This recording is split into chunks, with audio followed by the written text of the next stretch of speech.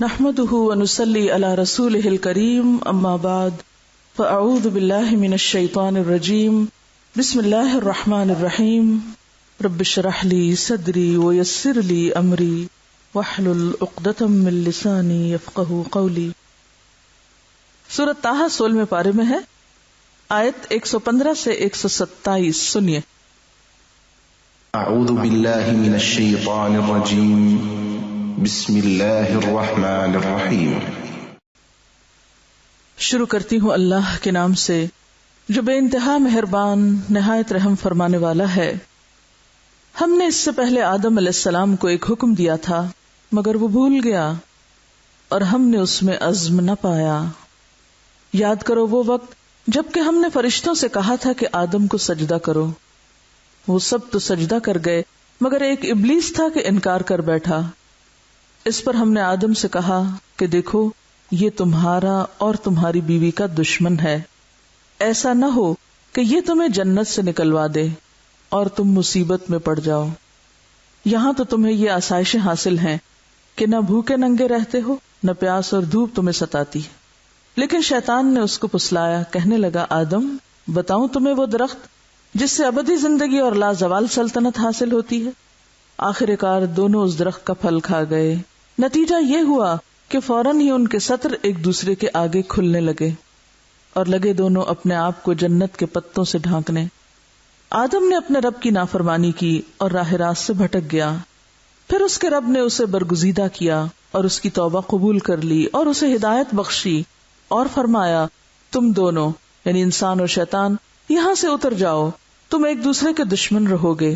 اب اگر میری طرف سے تمہیں کوئی ہدایت پہنچے تو جو کوئی میری اس ہدایت کی پیروی کرے گا وہ نہ بھٹکے گا نہ بدبختی میں مبتلا ہوگا، اور جو میرے ذکر سے منہ موڑے گا اس کے لیے دنیا میں تنگ زندگی ہوگی اور قیامت کے روز ہم اسے اندھا اٹھائیں گے۔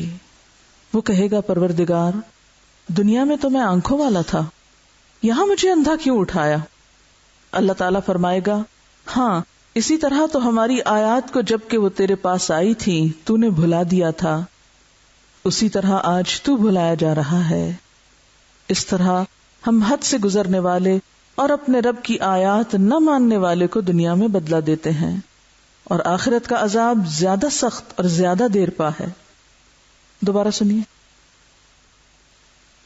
وَلَقَدْ أَهِدْنَا إِلَىٰ آدَمَ مِن قَبْلُ فَنَسِيَ وَلَمْ نَجِدْ لَهُ عَزْمًا۔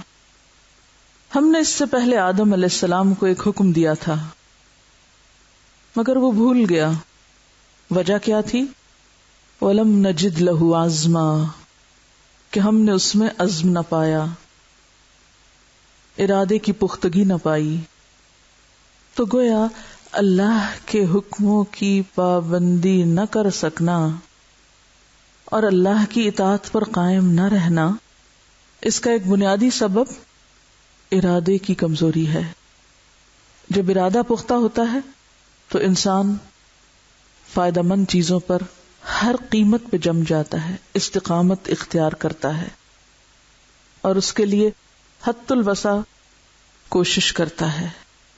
انسان کی کوششیں منحصر ہی کس پر ہیں، یا کوششوں کی کمی یا زیادتی کا انحصار بھی کس پر ہے؟ ارادے کی پختگی اور کمزوری پر۔ وَإِذْ قُلْنَا لِلْمَلَائِكَةِ اسْجُدُوا لِآدَمَ، اور جب ہم نے فرشتوں سے کہا کہ آدم کو سجدہ کرو، یعنی آدم علیہ السلام کی تخلیق کے بعد، فسجدوا تو سب نے سجدہ کر لیا، ایکسپٹ کر لیا، جھک گئے اللہ کا حکم سمجھ کر، الا ابلیس، سوائے ابلیس کے، ابا، اس نے انکار کر دیا، اس نے اس کو قبول نہ کیا۔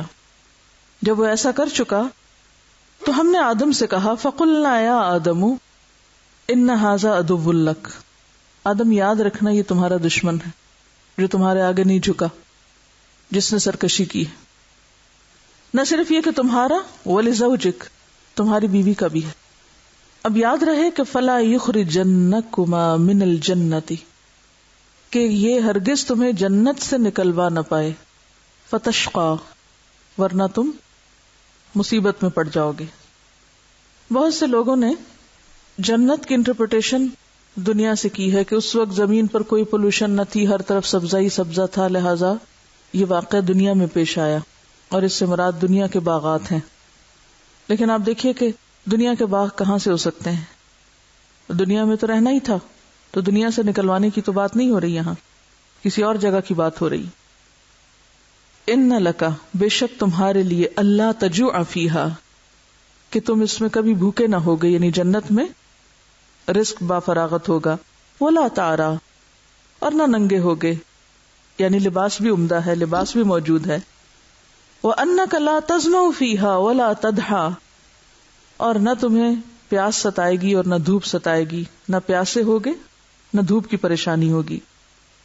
فَوَسْوَسَ إِلَيْهِ الشَّيْطَانُ، اس کے باوجود شیطان راہ پا گیا، کس طریقے سے، کس ذریعے سے؟ وسوسے کے ذریعے، وہ بھی خیال اور ارادے پر اثر انداز ہوا جا کر۔ آدم علیہ السلام اللہ کے حکم کو بھی سمجھتے تھے، شیطان کی دشمنی کو بھی سمجھتے تھے، اس کے باوجود اللہ کی نافرمانی کر بیٹھے، اللہ کا حکم بھول گئے۔ سبب کیا بنا تھا؟ شیطان کی وسوسہ اندازی۔ قال یا آدم، شیطان کہنے لگا، اے آدم، هل ادلک، کیا میں تم کو بتاؤں، علی شجرۃ الخلد، شجرۃ الخلد کے بارے میں۔ خلد کہتے ہیں ہمیشگی کو، یعنی ایسا درخت کہ جس کا پھل کھانے کے بعد انسان ہمیشہ جوان ہی رہتا ہے، ہمیشہ یہی رہتا ہے۔ وملکن، اور ایسی بادشاہت کے بارے میں بتاؤں، لا یبلا، جو کبھی ختم نہ ہو، کبھی پرانی نہ ہو۔ تو جھانسا اس نے کیا دیا؟ ہمیشہ جوان رہنے کا اور ہمیشہ جنت کی بادشاہت کا، اقتدار کا۔ فَأَكَلَا مِنْهَا، تو وہ دونوں اس پھل کو کھا گئے اس کی باتوں میں آ کر، یعنی اس نے جو سبز باغ دکھایا تو وہ بھول گئے، اور اس کی باتوں میں اللہ کا حکم انہیں یاد ہی نہ رہا۔ فَأَكَلَا مِنْهَا فَبَدَتْ لَهُمَا سَوْآتُهُمَا، جب انہوں نے کھایا وہ تو ان کے لباس اترنے لگے۔ اب شرم و حیا چونکہ فطرت میں تھی، وَاتَّفِقَا يَخْصِفَانِ عَلَيْهِمَا مِن وَرَقِ الْجَنَّةِ، تو فوراً دوبارہ اپنے آپ کو ڈھانپنے لگے جنت کے پتوں سے۔ وَعَصَىٰ آدَمُ رَبَّهُ، آدم نے اپنے رب کی نافرمانی کی تھی۔ یہ اس وقت کی بات ہے جب ابھی وہ پیغمبر نہیں بنے تھے، وہ صرف ایک انسان تھے۔ فَغَوَىٰ، تو وہ سیدھے رستے سے بھٹک گئے، لیکن فوراً ہی احساس ہوا، توبہ کی، ثُمَّ اجْتَبَاهُ، تو اللہ تعالیٰ نے پھر چن لیا، توبہ قبول کر لی۔ ثُمَّ اجْتَبَاهُ رَبُّهُ فَتَابَ عَلَيْهِ، اللہ تعالیٰ نے چن بھی لیا، توبہ بھی قبول کر لی، وَهَدَىٰ، اور ہدایت بھی دی۔ جس سے آپ دیکھیے کہ توبہ کے کتنے فائدے ہوتے ہیں۔ ایک دفعہ گناہ کرنے کا مطلب یہ نہیں کہ انسان ہمیشہ کے لیے اللہ کی نظروں میں گر جاتا ہے یا اس کے لیے پھر آگے بڑھنے کے کوئی چانسز نہیں رہتے۔ گناہ کیسا بھی ہو، کتنا بھی ہو، کچھ بھی ہو، لیکن اگر انسان سچے دل سے توبہ کر کے اپنا رستہ تبدیل کر لیتا ہے تو اللہ تعالیٰ کی رحمت اس کو ڈھانپ لیتی ہے۔ شرط یہ ہے کہ انسان توبہ کو کھیل نہ بنائے۔ قال اهبطا منها جميعا، فرمایا دونوں یہاں سے نیچے اتر جاؤ، بعضکم لبعض عدو، تم میں سے بعض بعض کے دشمن ہوں گے، یعنی اب تم دونوں کی رقابت چل پڑی۔ اور یہاں سے پتہ چلتا ہے کہ اہبطا، حبوط کہتے ہیں اوپر سے نیچے آنے کو، تو آدم علیہ السلام کہیں اور تھے، زمین پر نہیں تھے، ورنہ پھر اہبطا کا یہاں بات نہ ہوتی۔ فَإِمَّا يَأْتِيَنَّكُم مِّنِّي هُدًى، پھر اگر تمہارے پاس میری طرف سے کوئی ہدایت آئے، فَمَنِ اتَّبَعَ هُدَايَ، تو جو میری ہدایت کی پیروی کرے گا، فَلَا يَضِلُّ وَلَا يَشْقَىٰ، نہ بھٹکے گا نہ بدبخت ہوگا، نہ مصیبت میں پڑے گا۔ تو بھٹکنے سے اور مصیبت میں پڑنے سے بچنے کے لیے کیا ضروری ہے؟ ہدایت کی پیروی۔ وَمَنْ أَعْرَضَ عَنْ ذِكْرِي، اور جس نے میرے ذکر سے منہ موڑا، یہاں ذکر سے مراد یہی ہدایت ہے جس کا اوپر ذکر آ رہا ہے، ہدایہ۔ فَإِنَّ لَهُ مَعِيشَةً ضَنْكَا، تو اس کے لیے دنیا کی زندگی بھی تنگ ہو جائے گی، پریشان کن ہو جائے گی۔ وَنَحْشُرُهُ يَوْمَ الْقِيَامَةِ أَعْمَىٰ، اور ہم اس کو قیامت کے دن اندھا اٹھائیں گے۔ حشر کے دن مختلف لوگ مختلف طرح اٹھائے جائیں گے، کوئی چیونٹیوں کی شکل میں اٹھایا جائے گا، کوئی سر کے بل اٹھایا جائے گا، اور کوئی اندھا اٹھایا جائے گا۔ تو ایسے لوگ جو دنیا میں اللہ کی طرف سے آئی ہوئی ہدایت سے اندھے بنے رہے، وہ قیامت کے دن بھی اندھے اٹھائے جائیں گے۔ قال رب لما حشرتنی اعمی، کہے گا یا رب تو نے مجھے اندھا کیوں اٹھایا؟ وقد كنت بصیرا، میں تو دیکھنے والا تھا، میری آنکھیں تو ٹھیک کام کرتی تھی، یہ سب کیا ہوا؟ تو اس کو وجہ بتائی جائے گی. قال كذلك اتتك آیاتنا، قیامت کے دن اندھا اٹھائے جانے کی وجہ یہ ہے کہ ہماری آیات تمہارے پاس آئی تھی. یہ کون سی آیات ہے؟ وہی ہدایت جس کو اوپر ذکر ہو چکا، یعنی کتاب ہدایت کی آیات.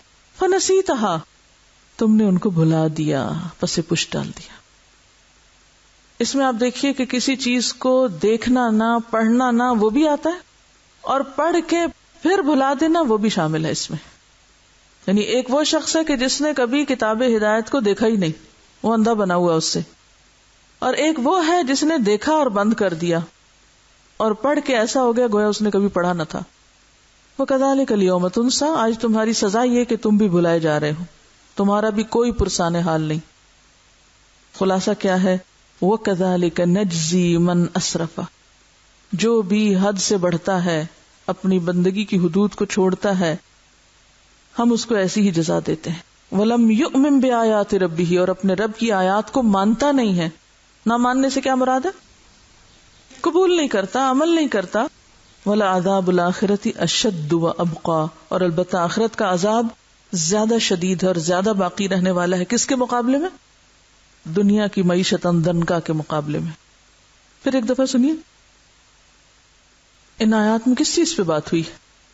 ارادے کی کمزوری پہ بات نہیں ہے، یا پھر ذکر الہی سے روگردانی کا انجام. اور روگردانی بھی کیوں ہوتی ہے بنیادی طور پر؟ تو مرکزی نقطہ کیا ہوا پھر؟ ارادے کی کمزوری. کسی بھی کام کو کرنے کے لیے، کسی بھی منزل تک پہنچنے کے لیے، کہیں بھی کامیابی حاصل کرنے کے لیے کیا ضروری ہوتا ہے؟ کہ انسان قل آمنت باللہ ثم استقم، استقامت اختیار کرے، اور پھر کوئی دوسرا خیال دماغ میں نہ آنے دے، کوئی وسوسہ، کوئی شیطانی چال، کوئی ادھر ادھر کی بات نہیں. جب ایک دفعہ کہہ دیا کہ اللہ ایک ہے، اللہ میرا رب ہے، اللہ ہی سب سے بڑا ہے، تو پھر کوئی دوسری چیز انسان کو اس سے نہ ہٹا سکے. کیونکہ اگر انسان اس سے ہٹ گیا تو گیا، چاہے وہ اللہ کا کتنا ہی پیارا کیوں نہ ہو. آدم علیہ السلام کو اللہ تعالیٰ نے اپنے ہاتھ سے بنایا تھا، ماں اور باپ کے بغیر بنایا تھا. سب انسانوں میں سے پہلے انسان ہونے کا شرف ان کو حاصل ہے.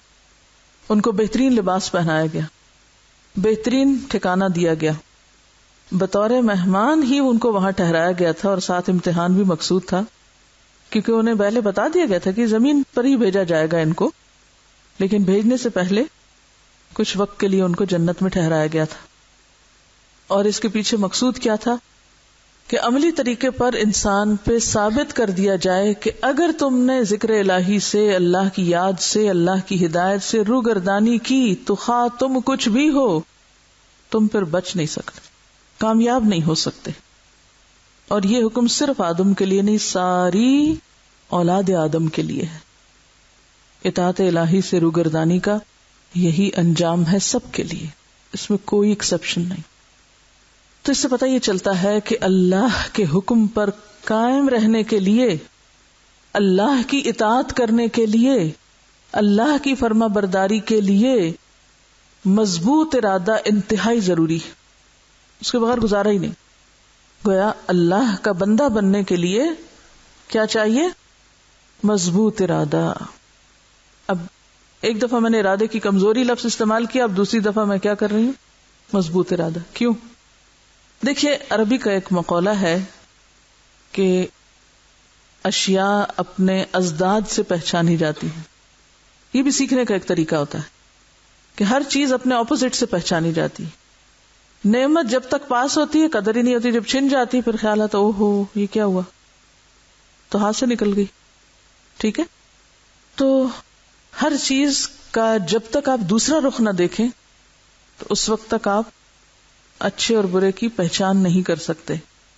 ضروری نہیں تو کہ ہر چیز کو ایکسپیرینس کرے انسان، لیکن اس کا دوسرا رخ ضرور دیکھے. لیکن انسان کی کمزوری یہ ہے کہ وہ اصل مقصد سے بہت جلد ہٹ جاتا ہے اور غیر متعلق چیزوں میں الجھنے لگتا ہے. ہماری کمزوری کیا ہے؟ مقصد چھوڑ کے غیر متعلق چیزوں میں الجھنا شروع کر دیتے ہیں. کیسے؟ یعنی irrelevant باتوں میں. مثلا ہم کہیں جاتے ہیں ایک سوچ لے کے، ایک پروگرام لے کے کہ یہ کرنا ہے، وہاں جا کے اتنی فالتو باتیں کرتے ہیں کہ پھر آخر میں اٹھتے ہوئے کیا کہتے ہیں، وہ میں تو بھول ہی گئی کہ میں آئی کس کام کے لیے تھی. اور شیطان کا سب سے بڑا وار کیا ہوتا ہے کہ انسان کے حافظے پہ ضرب لگائے، انسان کو بھولنے کی عادت ڈالے، انسان کو بھلوا دے. اسی لیے آپ دیکھیں گے کہ جب بھی قرآن میں بھولنے کی بات آتی ہے اس کو کس سے منسوب کیا جاتا ہے؟ شیطان سے. انسان کو کرنے کے کام، اہم ترین کام، ضروری کام، شیطان ہمیشہ بھلوانا چاہتا ہے. وہ بھلوا دیتا. پڑھ کیا رہے تھے نماز میں؟ رکعت کون سی تھی؟ عین نماز سے شروع کرتا، وضو میں بھلواتا ہے، ہر چیز میں بھلاوٹ ڈالتا ہے. تو یہ اصول یاد رکھیں کہ اللہ کی اطاعت ہو نہیں سکتی جب تک میرے اندر ارادے کی مضبوطی نہیں آتی، اور میں شیطان کے چنگل سے نکل نہیں سکتی جب تک بھولنے کی عادت نہیں جاتی. اور انشاءاللہ پریکٹیکل ٹپس بھی آپ کو دوں گی اینڈ میں کہ بھولنے کی عادت پر کیسے قابو پایا جائے، کیونکہ بھولنا سخت نقصان دہ ہے. قیامت کے دن کوئی ایکسکیوز نہیں ہے، سخت پکڑ ہے. اگر بعض چیزوں کو ہم بھول گئے تو کل یہ کہہ کے نہیں چھوٹ سکتے اوہو میں تو بھول گئی. ہاں کچھ اور چیزیں ہیں بھولنے کی، انہیں بھولنا ضروری ہے، لیکن جو فرائض ہیں اور جو ذمہ داریاں ہیں اور جو کرنے کے کام ہیں اور جو ترجیحات ہیں وہ بھلائے جانے کے لائق نہیں، ان کو بھول کے گزارا نہیں. یعنی اللہ کی اطاعت کے لیے صرف اتنا کافی نہیں کہ آپ کو پتا چل جائے کہ اللہ تعالیٰ نے کیا فرمایا، اس کے ساتھ ہی کیا ضروری ہے اس پر عمل کرنا. اور عمل ہو نہیں سکتا جب تک آپ کے اندر ارادے کی پختگی نہیں، ڈٹرمینیشن نہیں، استقامت نہیں. اب آپ دیکھیے کہ یہاں پر اللہ تعالیٰ فرماتے ہیں ہم نے آدم کو ایک حکم دیا تھا، وہ بھول گیا، اسے یاد نہ رہا، اور ہم نے اس میں عزم نہ پایا. اسی لیے آپ دیکھیں پیغمبروں کی تقسیم دو طرح سے کرتے ہیں، اولو العزم پیغمبر اور دیگر پیغمبر. تو اس سے کیا پتہ چلتا ہے کہ ارادے کا پختہ ہونا اور عزم جمع ہونا اور عزائم مضبوط ہونا اور عزائم پہ نظر رکھنا اور ان کو اپنے آگے سے اوجھل نہ ہونے دینا، مقصد سے نگاہ ادھر ادھر غیر متعلقہ چیزوں میں نہ الجھانا، یہ کامیابی کی کنجیاں ہیں. آپ کامیاب ہو ہی نہیں سکتے جب تک کہ آپ کے اندر یہ عادت نہیں آتی. اب آپ دیکھیے کہ بہت سے لوگ جیسے یہاں آئے ہیں ایک مقصد لے کے آئے نا، اور اگر ہم اس کو بھول جائیں اور کیا کرنے لگے، ادھر ادھر کی چیزوں میں دلچسپی لینے لگے، اچھا یہ درخت کیسا، یہ ٹھیک ہے غور و فکر کے لیے ٹھیک ہے، لیکن غیر متعلقہ چیزوں میں پڑ جائیں تو نتیجہ کیا ہوگا؟ اصل چیز بھول جائیں. اب دیکھیں نا، آپ نے اکثر تجربہ کیا ہوگا، جیسے آپ اپنا ٹیسٹ خود بھی کر سکتے ہیں. جیسے قرآن پاک میں آپ ذرا تھوڑے کیجیے ایک ایکٹیویٹی، قرآن پاک کو دیکھیے ٹیکسٹ کو، اور ٹیکسٹ کا کوئی ایک لفظ اس پر آپ غور کیجیے. مثلا میں نے اس وقت فتشقہ کو اپنی نگاہ میں رکھا ہوا ہے، زیادہ سے زیادہ فتشقہ کے ساتھ جنت کا لفظ مجھے نظر آ رہا ہے، لیکن باقی سارے نظر آنے کے باوجود بھی کہاں ہیں؟ بیک گراؤنڈ میں ہیں. دے آر دیئر بٹ وہ بیک گراؤنڈ میں. جس لفظ کو میں نے اپنا ٹارگٹ بنایا ہے وہ ایک ہے، اور اس پر اگر میری نظر ہے تو باقی بیک گراؤنڈ میں رہیں گے. اور اگر میں نے ایک لائن اوپر اور ایک لائن نیچے دیکھا، کر کے دیکھیے تو کیا ہوگا؟ مقصد اوجھل ہو جائے گا، اصل چیز پیچھے چلی جائے گی. ہم سب اس دنیا میں کس لیے آئے ہیں؟ وما خلقت الجن والانس الا لیعبدون. اول و آخر اپنے رب سے جڑنا. ہماری کمزوری کیا ہے؟ ہم اور چیزوں میں الجھ جاتے ہیں، کبھی انسانوں میں الجھ جاتے ہیں، کبھی مادی چیزوں میں الجھ جاتے ہیں، کبھی کسی اور چیز میں الجھ جاتے ہیں، اور مقصد فراموش کر بیٹھتے ہیں. نتیجہ کیا ہوتا ہے؟ نہ ادھر کے رہے نہ ادھر کے رہے، نہ خدا ہی ملا نہ وصال صنم. اور یہ نفس کی ایسی چال ہوتی ہے کہ ہمیں خود بھی نہیں پتا چلتا کہ ہم اس کا شکار ہو گئے. انسان کو بعض اوقات خود بھی یاد نہیں رہتا کہ وہ اس سے ہو کیا گیا. جب ہو چکتا ہے تو پھر یاد آتا، اوہ اچھا میں تو اس کام کے لیے آئی تھی. عام طور پہ ہم نے دیکھو گا، ہم ایک چیز کی نیت کرتے ہیں اور پھر تھوڑی دیر کے بعد وہ بھولے ہوئے ہوتے ہیں. تو اس بھولنے کا کوئی علاج ہونا چاہیے نا. صرف بھول بھول کہہ کے چھوٹ دیتے جائیں، خود کو دیتے جائیں، تو یہ تو پھر کامیابی کی بات نہ ہوئی. تو ایک تو یہ ہے قابل غور بات ان آیات میں جو آپ کو سیکھنی ہے. دوسری بات یہ ہے کہ یہاں پر ہم دیکھتے ہیں کہ اللہ تعالیٰ نے فرشتوں سے کہا آدم کو سجدہ کرو، سب نے کیا الا ابلیس. ابلیس نے نہیں کیا. سب نے کر لیا، ابلیس نے نہیں کیا. اس کی وجہ کیا تھی؟ ابلیس اور ملائکہ میں فرق کس بات کا تھا؟ غور فرمائیے، فرق کیا تھا؟ وہ سب کر رہے ہیں، اس کو تو چاہیے تھا سب کو دیکھ کے خود ہی گر جاتا اگر اپنا دل نہیں بھی چاہ رہا تھا، لیکن اس نے نہیں کیا. وجہ اس کو فری ول دی گئی تھی، اس کو اختیار دیا گیا تھا، تو اس اختیار کو اس نے غلط استعمال کیا تھا. اس نے اسے آدم کا مسئلہ سمجھا جبکہ یہ اللہ کا حکم تھا. مسکنسپشن تھی اس کی. فرشتوں نے کیوں بات مان لی کہ انہوں نے کیا سمجھا کہ یہ کس کا حکم ہے، اور ابلیس نے کیوں نہیں مانی؟ اس نے اسے انسان کا معاملہ سمجھا اور اپنے اختیار کو غلط استعمال کیا. مسکنسپشن. بیسیکلی اگر آپ اس فرق کی وجہ دیکھیں تو مسکنسپشن ہے. ہم اس دنیا میں آ کر بہت سی چیزوں کے بارے میں مسکنسپشن کا شکار ہوتے ہیں. یہاں ہونا کیا چاہیے تھا کہ اللہ کا حکم ہے اور بس. آج ہم بھی بہت دفعہ اللہ کا حکم آنے کے باوجود نہیں مانتے. کیوں نہیں مانتے؟ ہم بھی بعض اوقات اپنے عقل استعمال کرتے ہیں، اس میں مجھے کچھ لاجک نہیں نظر آتی. بعض اوقات ہم حالات، بعض اوقات تعصب یعنی مسکنسپشن کا ہم شکار ہو جاتے ہیں. معاملے کی نوعیت کو نہیں سمجھتے، اس کی حقیقت کو نہیں سمجھتے، لہٰذا ہم کچھ سے کچھ کر بیٹھتے ہیں.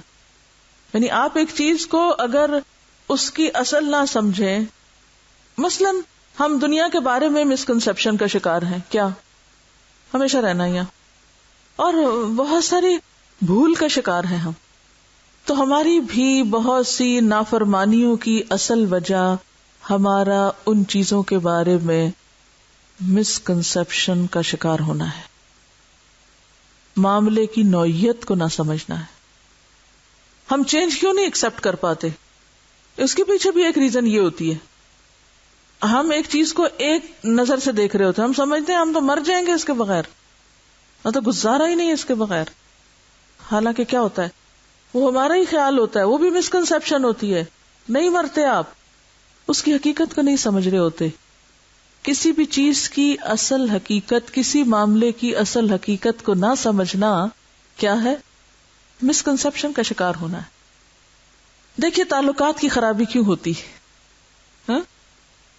انسانوں کے درمیان تعلقات کی خرابی کی بھی بنیادی وجہ عموماً مسکنسپشن ہوتی. ہم کسی چیز کو ایک نظر سے دیکھ رہے ہوتے ہیں، حالانکہ دوسری نظر سے دیکھنے کی بھی پوری گنجائش موجود ہوتی ہے، لیکن ہم کسی بھی چیز کا صرف ایک رخ دیکھ رہے ہوتے ہیں، لہذا ہم اپنے آپ کو جسٹیفائی بھی کرتے ہیں. کیا ابلیس نے جسٹیفائی نہیں کیا تھا خود کو؟ کیا تھا نا. بعض اوقات دونوں پہلو سامنے ہوتے ہیں، دونوں رخ ہم دیکھ رہے ہوتے ہیں، لیکن ہماری پرسپشن ہماری پسند کے مطابق ہوتی ہے. کسی بھی چیز کو ہم پھر کیسے لیتے ہیں؟ جو ہمارے اپنے رجحانات اور میلانات ہوتے ہیں، جو ہمیں سوٹ کرتے ہیں، جو ہمیں پسند آتے ہیں، جو ہمیں اپنے فائدے میں لگتے ہیں. بہرحال ابا، لہذا اس نے انکار کر دیا. تو اس کی نافرمانی کی وجہ اس کا اپنے خیال کو درست سمجھنا تھا.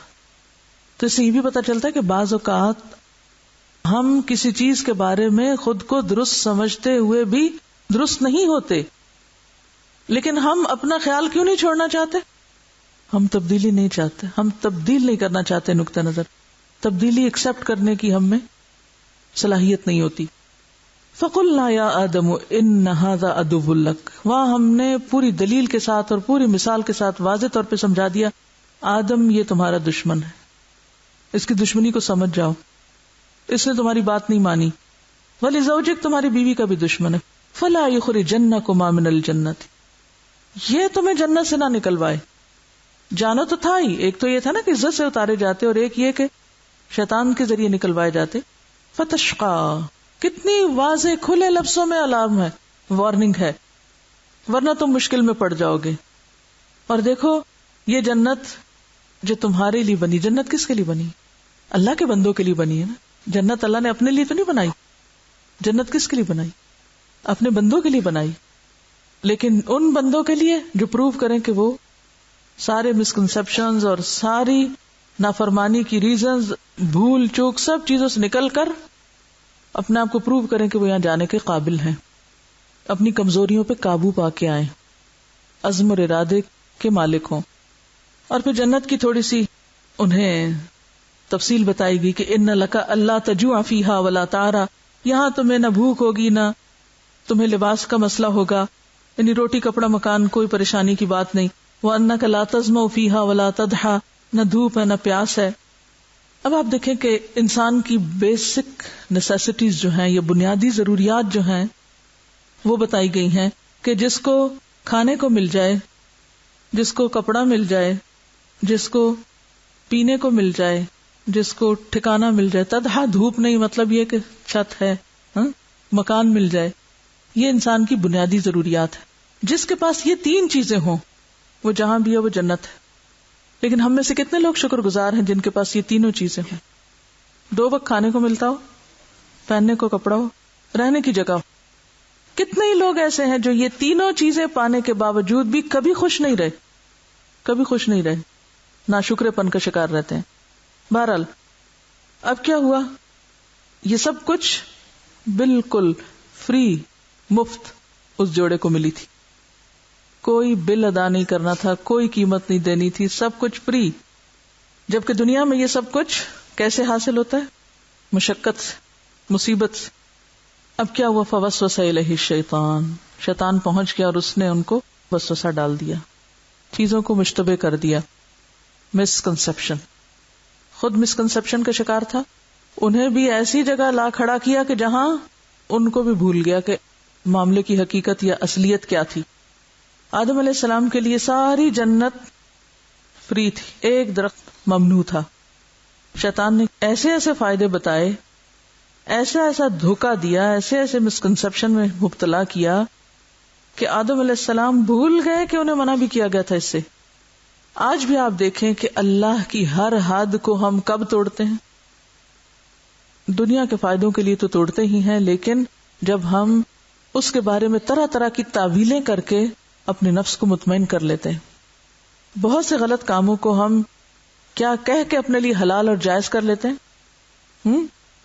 اس کے بہت سے فائدے، جیسے خمر اور میسر کی بات قرآن پاک میں آئی، قل فیہما اسم کبیر ومنافع للناس. دنیا میں ہر وہ کام جسے اللہ کی نافرمانی کہا جا سکتا ہے، ضروری نہیں کہ وہ مکمل طور پر نقصان دہ کام ہی ہو، اس میں فائدے بھی ہو سکتے ہیں، اس کے فائدہ مند پہلو بھی ہو سکتے ہیں. لیکن ہمارا امتحان کیا ہے؟ اب دیکھیں کہ دنیا کا کوئی درخت منع نہیں ہے آپ کو کھانے کو. یہ الگ بات ہے کہ آپ کو تھور نہیں کھانی چاہیے یا کچھ بوٹیاں نہیں کھانی چاہیے کیونکہ انسان کی ہلاکت کا اندیشہ ہو سکتا ہے. لیکن شریعت میں منع نہیں ہے کہ یہ کہا گیا کہ فلاں فلاں درخت کا پھل کھانا منع ہے، جیسے کہ فلاں فلاں جانور نہیں آپ کھا سکتے یا فلاں کھا سکتے ہیں، ایسی کوئی پابندی نہیں. جنت میں امتحان کے لیے ایک درخت کے اوپر پابندی لگا دی گئی تھی. دنیا میں بھی بعض اوقات کچھ کاموں سے ہمیں صرف اس لیے روک دیا جاتا ہے کہ یہ امتحان مقصود ہے، کہ امتحان مقصود ہے. ٹھیک ہے. اور شیطان پھر کہاں سے آتا ہے؟ پھر شیطان اسی قسم کی باتیں کرتا ہے، انسان کو حرام کاموں میں، ناجائز کاموں میں، اللہ کی نافرمانی کے کاموں میں بے شمار فائدے دکھاتا ہے. آکے کہتا ہے هل ادلک علی شجرۃ الخلد وملک لا یبلی فاکلا منها فبدت لهما سوآتهما. اب جو ہی انہوں نے کھایا تو اس کا نتیجہ سامنے آ گیا. تو اس سے کیا پتہ چلتا ہے کہ ہر نافرمانی اپنے اندر کیا رکھتی ہے؟ اللہ کی ناراضگی کا کام. اس کی تہ میں اللہ کی ناراضگی ہوتی ہے. ہم چاہے اس کو کتنا بھی خوبصورت سمجھ کے کر لیں، بہرحال نافرمانی میں اللہ کی رضا ہے ہی نہیں، مل ہی نہیں سکتی انسان کو. یہ بھی انسان کی بہت بڑی بھول ہے. کوئی بات نہیں، اللہ غفور رحیم ہے، سب ٹھیک ہے، تو کیا ہوا، سو واٹ. ویسے جملے اللہ کی نافرمانی میں استعمال کر کے بھول جاتا ہے. وَعَصَىٰ آدَمُ رَبَّهُ فَغَوَىٰ. تو نافرمانی کس کا ذریعہ بن جاتی ہے؟ بھٹکنے کا. ایک گناہ کئی گناہوں کا دروازہ کھول دیتا ہے. تو ضروری کیا ہے؟ انسان فوراً پلٹے، گناہ کی یا نافرمانی کی تعویلیں نہ کرے. ثم اجتباہ ربہ، پھر اس کے رب نے اس کو چن لیا، فتاب علیہ وہدا، اور توبہ بھی قبول کی، اس پر مہربان ہوا اور اس کو سیدھا رستہ بھی دکھا دیا. تو اس سے کیا پتہ چلتا ہے کہ جب انسان نافرمانی کرتا ہے تو عزم میں کمی آتی ہے، انسان اصل رستے سے ہٹ جاتا ہے. ہر گناہ انسان کو سیدھے رستے سے بھٹکانے والا ہوتا ہے، بلکہ گناہ نام اس چیز کا کہ انسان صحیح رستہ چھوڑ کر دائیں یا بائیں لڑکے. یہ بالکل ایسے ہی جیسے آپ ایک سڑک پر جا رہے ہوں، ایک طرف پہاڑ اور دوسری طرف کھائی ہو. اگر آپ پہاڑ کی طرف جائیں گے تو کیا ہوگا؟ ٹکر لگے گی، اور اگر دوسری طرف جائیں گے تو کیا ہوگا؟ نیچے جا گریں گے. تو ضروری کیا ہے آپ کے لیے؟ پورے تقوی کے ساتھ، احتیاط کے ساتھ آپ سیدھے ہی رہیں اور محتاط ہو کے گاڑی چلائیں. یہ دنیا کا سفر بھی اسی چیز کا تقاضا کرتا ہے. اور اگر آپ کسی وقت بھی سو گئے، کسی وقت بھی غافل ہو گئے، کسی وقت بھی آپ کے عزم میں کمی آ گئی تو کیا ہوگا؟ نقصان سے بچ نہ سکیں گے. اب کیا ہوا؟ اللہ تعالیٰ نے فرمایا جاؤ یہاں سے، قال اهبطا منها جميعا بعضكم لبعض عدو. انسان بھی زمین پہ، شیطان بھی زمین پہ، اور دونوں ایک دوسرے کے دشمن. قیامت تک اب آپس میں تمہارا مقابلہ ہے. اس دنیا میں مرتے دم تک انسان کا مقابلہ کس سے ہے؟ شیطان سے. ابلیس اپنی ساری کوششیں کس میں لگا رہا ہے؟ انسان کو بہکانے میں. اور اس کے جواب میں انسان کو کیا کرنا ہے کہ اپنا سب سے بڑا دشمن کس کو سمجھے؟ ابلیس کو سمجھے، اور اس کی دشمنی سے بچے. کیا کرنا ہوگا اس کی دشمنی سے بچنے کے لیے؟ وہ سوراخ بند کرنا ہے جہاں سے وہ نکل کے آتا ہے کاٹنے کے لیے. وہ سوراخ کون سا ہے؟ وسوسوں کا. تو اصلاح کہاں سے شروع ہوگی؟ پھر اصلاح کہاں سے شروع ہوگی؟ سوچ سے. سوچ، خیالات، عزائم، نیتیں، ارادے. انسان جو کچھ سوچتا ہے وہی بولتا ہے، جو کچھ سوچتا ہے وہی کرتا ہے. اگر سوچ شیطان کے شکنجے میں ہے تو عمل درست ہو ہی نہیں سکتا. خواہ وہ عمل بظاہر کتنا بھی اچھا لگ رہا ہو، وہ کیا ہوتا ہے؟ بظاہر انتہائی خوشنما عمل بھی دراصل قبول نہیں ہوتا. اسی لیے اللہ تعالیٰ نے کیا فرمایا؟ قل هل ننبئکم بالاخسرین اعمالا الذین ضل سعیہم فی الحیاۃ الدنیا وہم یحسبون انہم یحسنون صنعا. یہاں بھی کیا ہے؟ مسکنسپشن ہے، دھوکہ ہے، سوچ ہی غلط. تو گویا ہم یوں کہہ سکتے ہیں غلط سوچ غلط انجام تک لے جاتی ہے، اور درست سوچ درست انجام تک لے جاتی. اسی لیے اسلام میں عقیدے کو بنیادی اہمیت حاصل ہے کہ انسان کا اگر بنیادی عقیدہ درست نہیں، اللہ پر مضبوط ایمان نہیں، پختہ عزم نہیں، اس تک پہنچنے کے لیے، اس کو پانے کے لیے، اس کی رضا حاصل کرنے کے لیے جب تک نیت خالص نہیں، ساری کوششیں بیکار ہیں، سب دھوکا ہے. پھر تو کرنے کا کام کیا ہے؟ ہر اس چیز سے بچنا جو ہماری سوچ پر اثر انداز ہو، جو ہمارے خیالات پر اثر انداز ہو اور ہمیں غلط چیز کی طرف لے جائے. چلے دوسرے لفظوں میں آپ یوں کہیے، ساری کوششوں کا خلاصہ اور نتیجہ اور مرکزی نقطہ پھر کیا ہے؟ اللہ کی رضا پانا. وہی سامنے رہے، اس کی رضا نگاہوں سے اوجھل نہ ہو. دنیا کے حالات کچھ بھی ہوتے رہیں، کوئی کچھ بھی آپ کو کہتا رہے، اس کی رضا نہ بھولیں. فَإِمَّا يَأْتِيَنَّكُم مِّنِّي هُدًى، تو اللہ تعالیٰ نے انسان کی یاد دہانی کے لیے انتظام کر دیا. کیا کہ وقتاً فوقتاً پیغمبر بھیجے اور انسان کے لیے ہدایت کا راستہ کھول دیا. فَمَنِ اتَّبَعَ هُدَايَ، ایک طرف کیا بتایا؟ جو اس ہدایت کی پیروی کرے گا فَلَا يَضِلُّ وَلَا يَشْقَى، نہ بھٹکے گا نہ بدبخت ہوگا. اس سے بھی کیا پتہ چلتا ہے؟ نہ بھٹکے گا نہ مصیبت میں پڑے گا. تو سوچ کا انحراف کدھر لے جاتا ہے؟ مصیبت کی طرف. تو سوچ درست رکھنے کے لیے نسخہ کیا ہے؟ اتباع ہدایت. وَمَنْ أَعْرَضَ عَنْ ذِكْرِي، اور جو اس ہدایت سے منہ موڑ جائے گا پھر اس کے لیے کیا ہے؟ فَإِنَّ لَهُ مَعِيشَةً ضَنْكًا، سب سے پہلے تو اس کے لیے دنیا جہنم بننے لگے گی. دنیا میں ہی مصیبت شروع ہو جائے گی، دنیا میں ہی تنگی آنے لگے گی. اسی لیے کیا ہوتا ہے، بہت سے لوگوں کے پاس روٹی، کپڑا اور مکان ہوتا ہے لیکن پھر بھی وہ غمگین رہتے ہیں. اگر سب لوگ صرف ان 3 نعمتوں پر شکر گزار ہو جائے، سارے غم دور ہو جائیں. قناعت نہیں ہے نا ہمارے اندر، شکر گزاری بھی نہیں آتی، صبر بھی نہیں آتا، اطمینان بھی نہیں آتا. لہذا بڑے سے بڑے گھر ہمارے دلوں میں وسعت نہیں پیدا کرتے، ان گنت قسم کے کھانے ہمارے دل کو کوئی خوشی نہیں دیتے. سب کچھ ہوتے ہوئے بھی انسانوں کے ہجوم میں بھی ہم تنہا ہوتے ہیں، کیونکہ ہم عارض عن ذکری کے جرم کے مرتکب ہوتے ہیں. تو جو میرے ذکر سے اعراض برتے گا، جو میرے ذکر کو چھوڑ دے گا، اس کتاب ہدایت سے منہ موڑے گا، فَإِنَّ لَهُ مَعِيشَةً ضَنْكَا. عارض کا لفظی مطلب جو ہے نا، یہ عرض سے نکلا ہے، کسی کے سامنے کوئی چیز پیش کرنا، اور عارض عن ہوتا ہے اس چیز سے دوسری طرف چل پڑنا. اب ہم نے یہ دیکھا کہ انسان کے لیے امتحان کیا ہے کہ نمبر 1 شیطان کے وسوسوں سے بچے، ٹھیک ہے، بھولنے سے بچے، ٹھیک ہے، استقامت اختیار کرے، صحیح ہے، سیدھے رستے پر چلتا جائے، ٹھیک ہے. لیکن بھول تو انسان کے ساتھ ہے، شیطان تو انسان کے ساتھ ہے، تو اس کا توڑ کیا ہے؟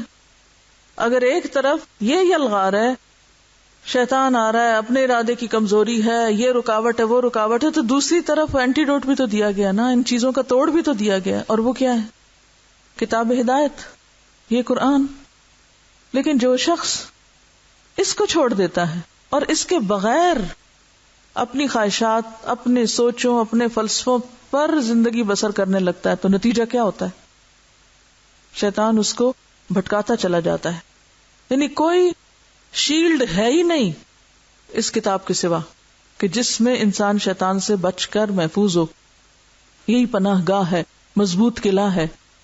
دوسرے لفظوں میں ذکر الہی ہی مضبوط قلعہ ہے جس میں بند ہو کر انسان شیطان جیسے دشمن سے نجات پا سکتا ہے. اسی لیے ذکر کی مثال کیا ہے کہ جیسے انسان کے پیچھے ایک دشمن لگا ہوا ہو اور وہ فوراً کسی قلعے میں محفوظ ہو جائے.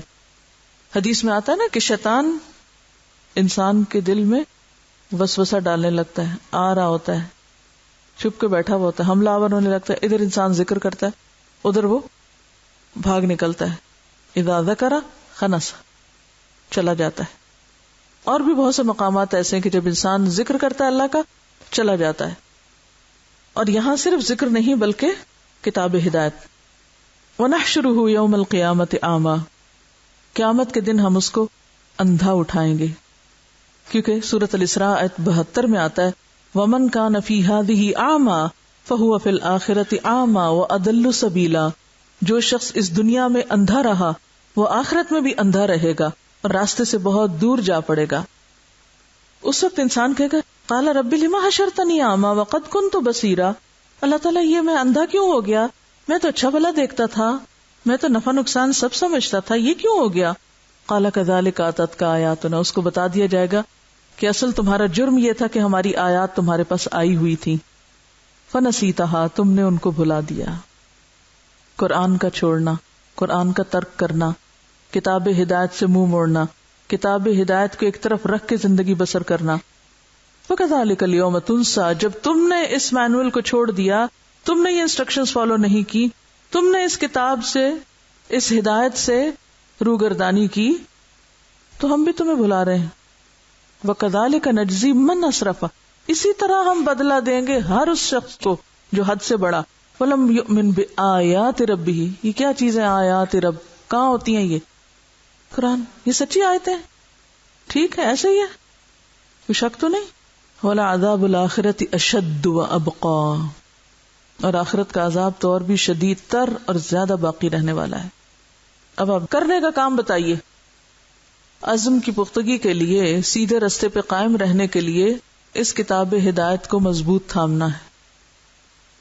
یہ قرآن اللہ کی رحمت ہے ہم سب کے لیے، اور یہ نہیں چھینی جاتی مگر بدبخت سے. رحمت نہیں چھینی جاتی سوائے بدبخت کے. فتشقى،